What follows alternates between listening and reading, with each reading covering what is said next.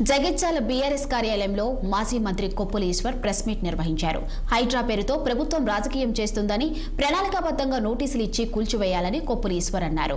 అయితే మూసీ నదిపై 13,500 అక్రమ నిర్మాణానికి ఉన్నాయని, అన్ని పేదలకు సంబంధించినవే అని అన్నారు. పగ తీర్చుకోవడానికి హైడ్రా కూల్చివేతలని నిజాయితీగా చేయాలంటే హైదరాబాద్లో లక్షల్లో అక్రమ నిర్మాణాలు ఉన్నాయని తెలిపారు.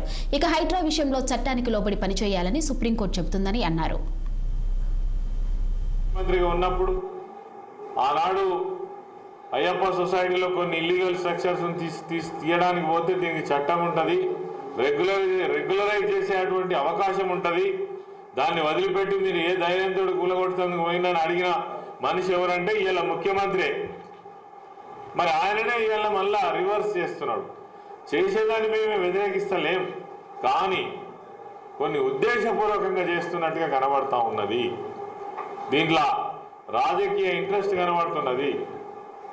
కానీ నిజంగానే నీకు 50 ఏళ్ల నుంచి 30 ఏళ్ల నుంచి 40 ఏళ్ల నుంచి ఉన్న స్ట్రక్చర్స్ ఉన్నాయి. ఒక మూసీ నది మీదనే 13,500 స్ట్రక్చర్స్ ఉన్నాయి. పేదవాళ్ళు తీస్తావా? ఎక్కడ చూసినా చాలా స్ట్రక్చర్స్ పేదవాళ్ళే ఉన్నాయి. ఏం చేస్తావు? కరెక్ట్ చెప్పు. ఏదో నీకు ఇష్టం ఉన్న వాళ్ళని పోయి కూడగొట్టుడు, నీకు పగున్నల మీద పోయి పగ తీర్చుకున్నాడు, నీకు రాజకీయ కక్ష ఉంటే వాళ్ళ మీద కక్ష తీర్చుకున్నాడు. ఇది కాదు. నిజంగా హైడ్రా చేయదలుచుకుంటే మరి దాదాపు లక్షల స్ట్రక్చర్స్ ఉన్నాయి, వేల చెరువులు ఆక్యుపై అయినాయి. దీని పరిణామ క్రమం ఏంటంటే 76 సంవత్సరాలు.